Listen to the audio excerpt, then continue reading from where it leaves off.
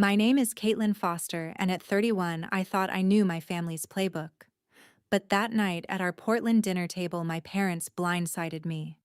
Your brother's wedding needs to be perfect, Mom declared, her tone final like she was closing a deal. We're using your college fund. My stomach dropped. $75,000 money I hadn't touched in years was theirs to spend. I forced a tight smile, my pulse racing, and said, I want him to be happy too. But inside, I was fuming. They didn't know I'd graduated college debt-free, built my own path, and didn't need their so-called support. They saw me as the kid who'd just go along. Then my phone lit up a voicemail from the wedding venue, some fancy hotel in downtown Portland. Your deposit check bounced. The manager said, voice sharp. Payments due tomorrow or the booking's gone. I stared across the table at my parents, their laughter grating, clueless that they'd already dipped into my money. They had no idea what I was holding back. If you've ever been steamrolled by family, smash that like button, subscribe, and tell me your story in the comments. Growing up in a Portland suburb, I learned early that my family's attention gravitated toward my brother, Derek Foster. In our modest two-story home, I was the quiet kid hunched over a clunky desktop teaching myself to code at 13. My parents, Linda Foster and Thomas Foster, barely noticed their focus on Derek's charm and big plans. Caitlin, don't waste time on that computer, Mom would say, her voice sharp, urging me to join the family's chatter. I kept at it, driven not by their approval, but by a spark I couldn't ignore. School became my refuge, where I dove into math and computer science, my straight A's, and competition wins stacking up unnoticed at home. At 15, I built my first app, a quiz tool for students cramming for exams. I uploaded it to a free platform expecting nothing. Then checks arrived, $50, then $100. By year's end, I'd earned $5,000. Excited, I showed Mom a printout of my earnings. She glanced at it, shrugged, and said, That's nice, Caitlin, but help your brother with his homework. Derek, 3 years older, was coasting through community college applications. I bit my tongue, stashing the money in a secret savings account. That app wasn't just code, it was my first taste of independence. By 17, I was ready to push further. High school's computer lab became my second home, where I worked on a new project, a platform connecting students with online tutors. Late nights sketching designs and testing code paid off when a Portland tutoring chain tested it. We want to integrate this. Their manager emailed offering a licensing deal for $50,000. I signed, hands shaking, and deposited the money into my private account. My parents thought I was just a studious kid, unaware of the contracts piling up. I let them believe it, knowing they'd see my success as a resource for Derek's endless needs. College was my next step. My grades and coding portfolio earned a partial scholarship to the University of Washington, covering half my tuition. The rest came from my app earnings, no family fund needed. Mom called once asking about my scholarship life. It's fine, I said, dodging details. She didn't press, assuming I was scraping by. In my freshman dorm, I saw a chance to scale my tutoring platform, now called Learn Easy. Between classes and all-nighters, I added features like live chat and progress tracking. At a Seattle tech meetup, I pitched to a room of strangers, my voice steady, despite nerves. A local investor pulled me aside. This could be big, she said, offering to buy a 10% stake. I incorporated Learn Easy and sold it for $100,000, funding a part-time coder and a shared office near campus. Hiding my success was deliberate. I'd seen how my parents funneled money to Derek new gadgets, car payments, while I worked alone. Once Derek showed up at my dorm leaning on his new car, asking for gas money. I'm broke. I lied, keeping my bank balance locked away. He shrugged, saying, Mom'll handle it, and drove off. I didn't care about their assumptions. I cared about protecting what I'd built. My professors saw my drive. Dr. Chen, a computer science mentor, recommended me for a campus startup incubator. You're ahead of the curve, he said. I got in, gaining mentors and access to tech events. By my second semester, LearnEasy had 12,000 users, mostly high schoolers and freshmen. I hired a classmate for user support, freeing me to code. Keeping my double life quiet was about control. At a family barbecue, I overheard Mom praising Derek's latest job while I flipped burgers. I almost mentioned Learn Easy but stopped when Dad shifted the topic to Derek's deals. I stayed silent, my resolve firming. They didn't need to know.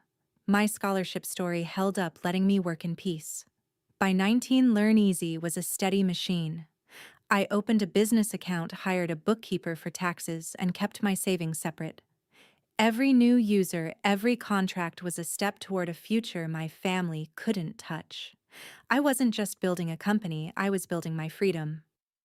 My first year at the University of Washington was a whirlwind, but by my junior year, Learn Easy was no longer a dorm room project. I was 20, juggling classes and a growing user base, thousands of students using my tutoring platform daily. I hired 2 more coders and a designer, all part-time, to keep up with demand. A Seattle-based edtech company took notice. They invited me to their sleek office downtown, all glass and open desks. "Your platform's impressive," their CEO said, leaning forward. "We want to acquire a stake." After weeks of negotiations, I sold 15% of Learn Easy for $300,000. That deal pushed my savings into the millions, a number I could barely process. I moved the funds to a secure investment account far from anyone's reach. With college behind me, I set my sights higher. My professors had always pushed me toward grad school, and Stanford's MBA program was the dream. I applied, leveraging my startup's success and a near-perfect GPA. When the acceptance email arrived, I sat in my tiny apartment staring at the screen, a mix of pride and disbelief washing over me. The tuition was steep, tens of thousands a year, but I covered it with my own money. No loans, no family fund. Mom called the day I moved to California. "Stanford's expensive, Caitlin," she said, her voice tinged with worry. "Are you sure about this?" I nodded into the phone, muttering about scholarships. She didn't know my net worth was now $6 million, and I wasn't about to tell her. At a tech conference in San Francisco, I met Justin Perry. He was 22, sharp, working on his own edtech startup. We bonded over late-night coffee, debating user interfaces and market trends. "You're killing it with Learn Easy," he said, his eyes bright with respect. I hesitated, then shared the truth. My sales, my investments, the millions I'd stashed away. Justin didn't flinch. "You built that from nothing," he said, grinning. "Own it." For the first time, I felt seen, not as a student or a sister, but as a founder. We started dating, and I let him in on my secret, knowing he'd keep it. Justin became my sounding board, challenging my ideas, celebrating my wins. Back home, my family had no clue. Derek Foster dropped by during a visit to Portland, sprawling on my old couch like he owned it. "Heard you're at Stanford," he said, smirking. "Bet that's costing Mom and Dad a fortune." I shrugged, letting him assume I was drowning in debt. He didn't need to know I'd paid cash for my tuition, my apartment, everything. Mom and Dad were the same. At a family dinner, Dad asked how I was getting by in California. "Fine," I said, steering the conversation away. They still thought my college fund was my lifeline, that I was scraping through grad school on their dime. I let them believe it, remembering the times they'd bailed Derek out, car payments, rent, even a new TV when his broke. Stanford was intense. The MBA program threw me into case studies, pitches, and late-night strategy sessions. I thrived, using Learn Easy as my real-world lab. I expanded the platform, adding AI-driven study plans and partnering with schools across California. By my second year, Learn Easy had 50,000 users and a small but loyal team. I hired a CFO, a sharp woman from my cohort, to manage the growing finances. Every deal, every new feature added to my wealth, but I kept it locked down. Justin was the only one who knew the full scope. "You're building an empire," he'd say, half joking, as we brainstormed over takeout. Hiding my success wasn't just about privacy, it was survival. I'd seen how Mom and Dad funneled money to Derek, no questions asked. Once at a holiday gathering, Mom pulled me aside. "Can you help Dare with his rent?" she whispered, glancing at him, laughing with cousins. I shook my head, citing grad school expenses I didn't have. Her frown deepened, but she dropped it. Derek never paid his own way new clothes, new trips always on their tab. I wasn't going to let my work bankroll his life. By 25, I was a Stanford grad with a thriving startup and a fortune I'd built myself. My parents still called asking about scholarship checks or part-time jobs. I'd smile through the phone, giving vague answers. They didn't know I'd never touched their fund, that I didn't need it. I was free, but the weight of their assumptions lingered. I wasn't ready for what came next. Returning to Portland for a rare family dinner, I stepped into my parents' house, the familiar scent of roast chicken hitting me. The dining room table was set, candles flickering, but the warmth felt hollow. Mom Linda Foster bustled in the kitchen, calling out to Dad Thomas Foster to grab more wine. Derek Foster. My brother lounged at the table, scrolling his phone, his fiancée Melissa Carter beside him, chatting about wedding flowers. I forced a smile, my stomach already twisting. I'd built a $6 million empire with Learn Easy, but my family still saw me as the kid scraping by. Tonight, I'd learn how far their assumptions went. We sat down, plates piled high. Mom started, her voice bright but firm. "Caitlin, we need to talk about Derek's wedding. It's a big moment for the family." I nodded, waiting. She continued. "The venue's expensive, but we're using your college fund to cover it. You're okay with that, right?" My fork froze midair. The room seemed to shrink, their faces blurring as my pulse spiked. "My college fund?" I asked, voice low, hoping I'd misheard. Dad nodded, casual, like it was no big deal. "It's just sitting there, Caitlin. Derek needs it more." I set my fork down, hands trembling under the table. "How much are we talking?" I pressed, keeping my tone even. Mom glanced at Derek, then back at me. "15,000 for the deposit. It's a top-tier hotel in Portland." My mind raced. That fund, $75,000, was mine, untouched since high school. I'd paid for college, Stanford, everything without it. They didn't know that, but they also didn't ask. "You already took money from it," I said, my voice sharper now. 25,000 2 years ago. For an SUV and Kyle Ramsey's debts. The table went silent. Derek's phone clattered onto his plate. Melissa looked confused, her eyes darting to him. Mom's smile faltered, but she recovered fast. "Caitlin, that was for family needs. Derek's job required a reliable car, and Kyle's like a son to us." Dad stayed quiet, cutting into his chicken, avoiding my gaze. Derek leaned forward, his tone defensive. "Come on, sis, it's not like you were using it. You're at Stanford, right? Scholarships and all that." His smirk made my blood boil. He knew exactly what he'd done. I took a breath, steadying myself. "I paid for Stanford myself, Derek. Every cent. That fund was mine, and you took it without asking." Mom jumped in, her voice sharp. "It's family money, Caitlin. We made a decision for everyone's good. Everyone's good." I almost laughed. They'd funneled cash to Derek for years. Cars, trips, now a wedding, while I built my life alone. Melissa shifted uncomfortably, whispering to Derek. "What's she talking about?" He brushed her off, muttering, "She's overreacting." I turned to Dad, hoping for something, anything. "You signed off on this, didn't you?" He sighed, his eyes tired. "We thought it was fair, Caitlin. Derek's starting a family." Fair. The word stung. I'd been invisible my whole life, my work dismissed while Derek got a free pass. "You didn't tell me," I said, my voice steady but cold. "You assumed I'd just take it." Mom waved a hand, dismissive. "Let's not ruin dinner. We'll sort it out later." Later wasn't good enough. I pushed my plate away, the food untouched. I checked the account, I said, locking eyes with Mom. 25,000 gone. 10 for Derek's SUV, 15 for Kyle's debts. You all knew. Derek scoffed, but his face paled. "That's old news, sis. Why bring it up now?" I ignored him, turning to the table. "I'm not paying for your wedding, Derek. Not with my money." Melissa gasped softly, her hands twisting in her lap. Mom snapped, "Caitlin, stop this. We're a family. Family." They'd betrayed me, plain and simple. I stood my chair, scraping the floor. I'm done letting you decide what's mine. Justin Perry's words echoed in my head. Call it out. I wasn't the quiet kid anymore, swallowing their choices.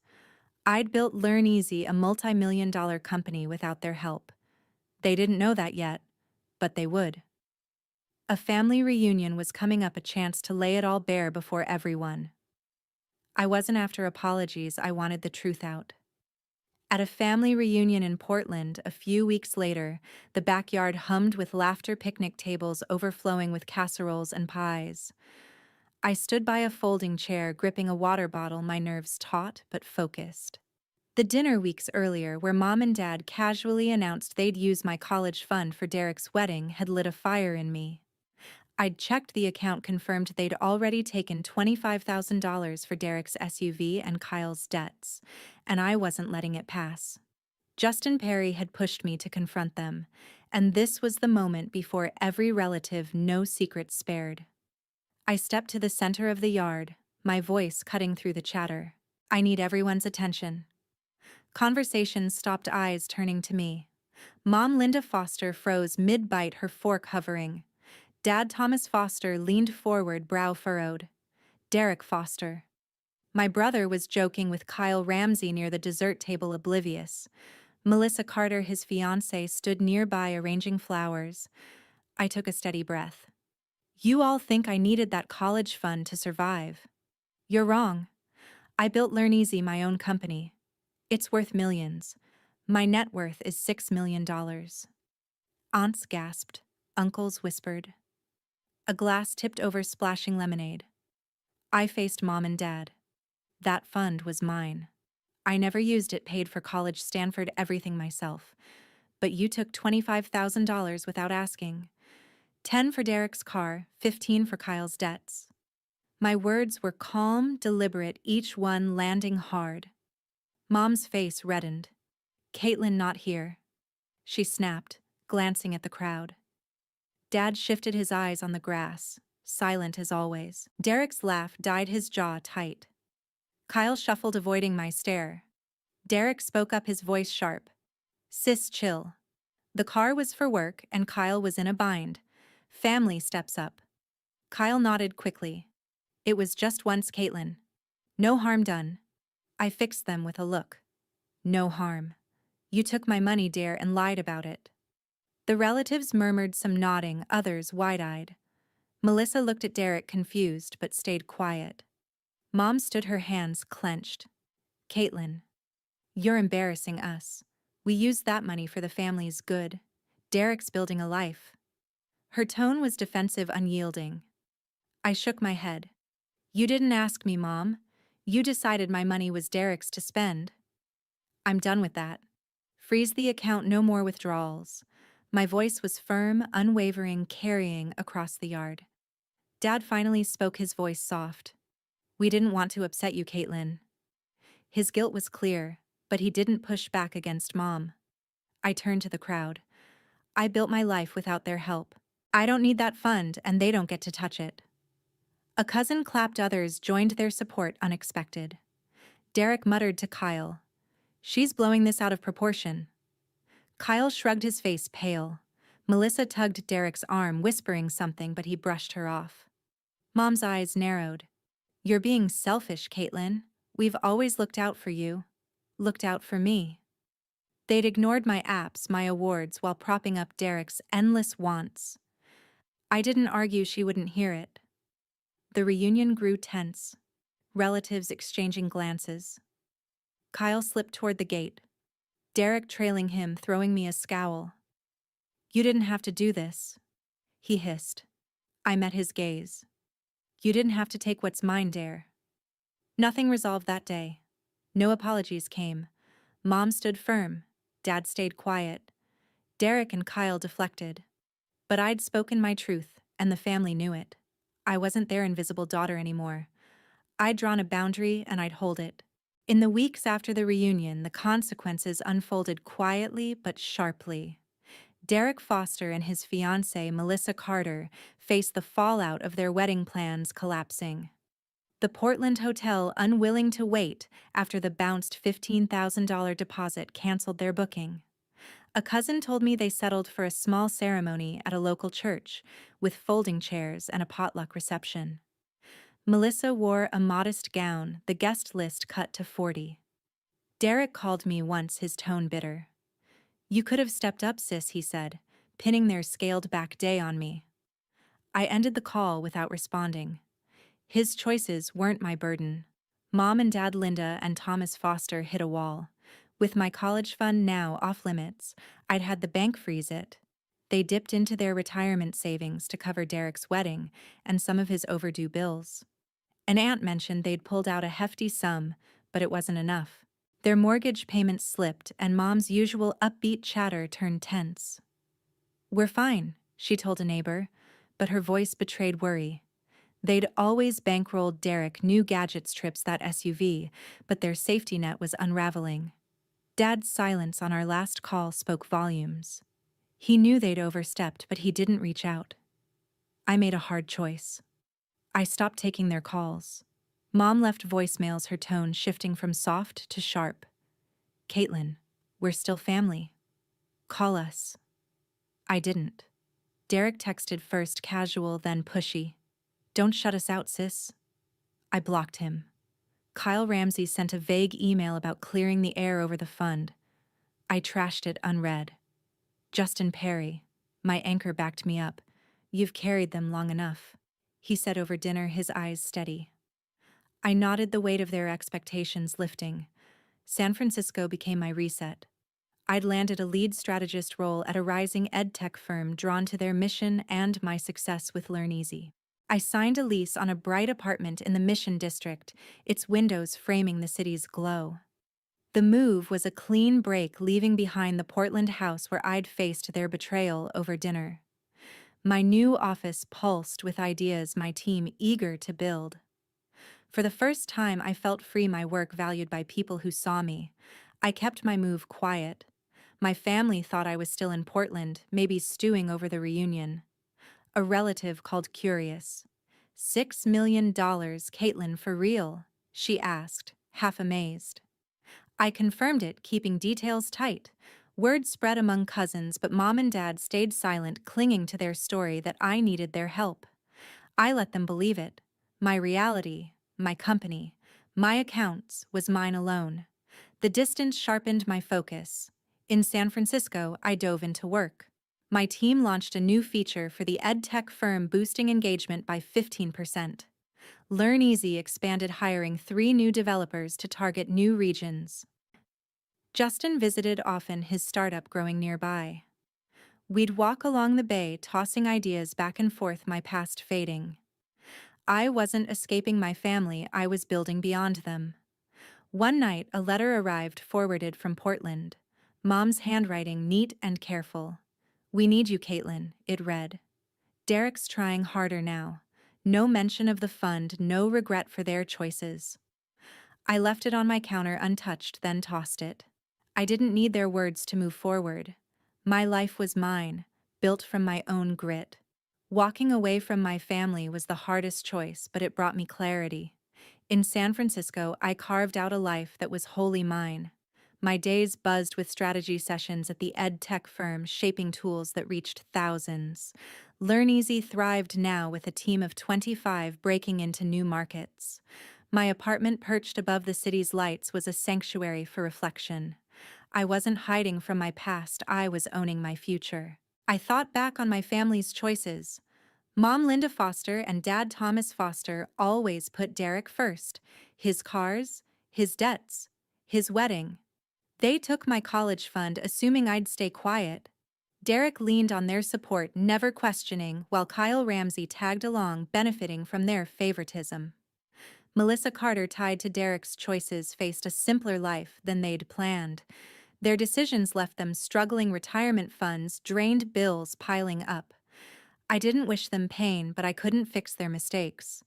Letting go wasn't easy. I missed the idea of family shared meals, old traditions. But I'd been invisible too long, my work ignored, while Derek's half-efforts were praised. Justin Perry saw me clearly. "You're unstoppable, Caitlin," he'd say, smiling over coffee. He was right. Every milestone, learn easy Stanford, my fortune was mine built without their help. Cutting them off freed me to focus on what I valued. The lesson hit hard: self-reliance is strength. Setting boundaries wasn't betrayal, it was protection.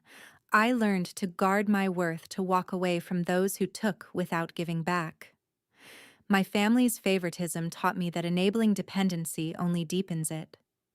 Derek and my parents learned accountability the hard way, forced to face their choices when the money stopped flowing. This isn't just my story, it's for anyone who's felt unseen. Family can lift you up or hold you back. If you're giving everything to those who don't see you, pause. Build your own path. Set your limits.